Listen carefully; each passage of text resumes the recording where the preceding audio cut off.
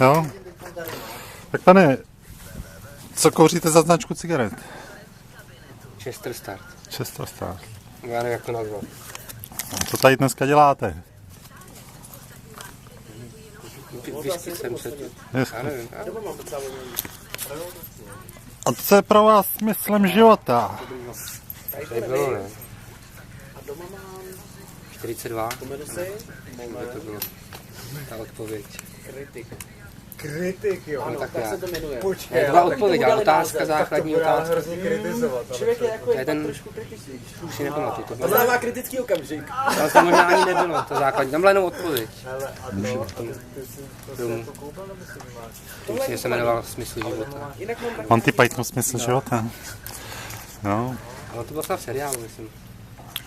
Kdyby si se měl jedním slovem charakterizovat. Hele, a tak až to budete. Sex machine. Ne, pardon. Asi ne, tohle zrovna, jako. Ale... To nevím. Asi... Bych si netrouf. Nemyslím teďka konkrétně tohle slovo, ale vůbec se charakterizuje jedním slovem. Jaká je pro tebe taková definice lásky? Když jsem byl to, co jsem to odpověděl, že jo.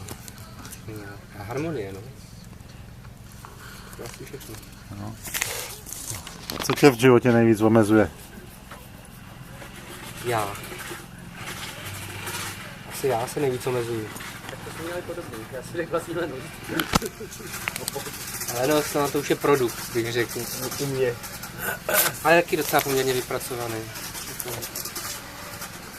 No? A co pro tebe znamená píča?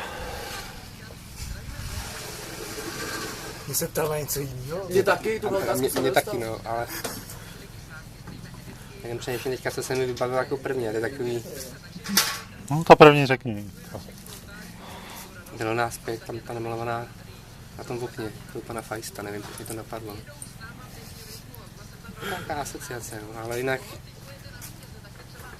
No, třeba slovo prdel se mi líbí, jak se ptal předtím, ale slovo píče se mi až tak moc nelíbí.